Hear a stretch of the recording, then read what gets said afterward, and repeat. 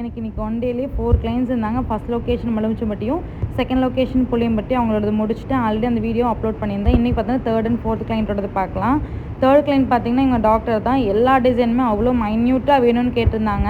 எப்போதுமே எல்லா மெஹந்திலும் நம்ம நிறைய பீகாக்கு யூஸ் பண்ணுவோம். ஆனால் இந்த கிளைண்ட் பார்த்திங்கன்னா எனக்கு நிறைய எலிஃபென்ட் டிசைன்ஸ் தான் வேணும்னு கேட்டிருந்தாங்க.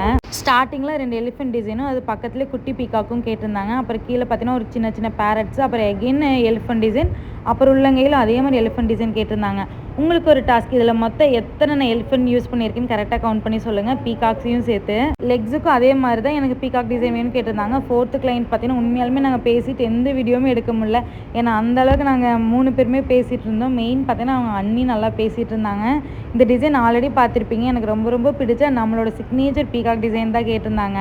அவங்க வேல் டேட்டோ போட்டிருந்தாங்க. அது மறைக்காமல் டிசைன் போட்டுருக்குன்னு சொன்னாங்க. அவங்க கேட்ட மாதிரி போட்டு கொடுத்துட்டு, இதே மாதிரி உங்களுக்கு வேணால் கண்டிப்பாக நம்மளை காண்டாக்ட் பண்ணுங்கள். வீடியோ பிடிச்சி லைக் பண்ணுங்கள். டாடா பாய்.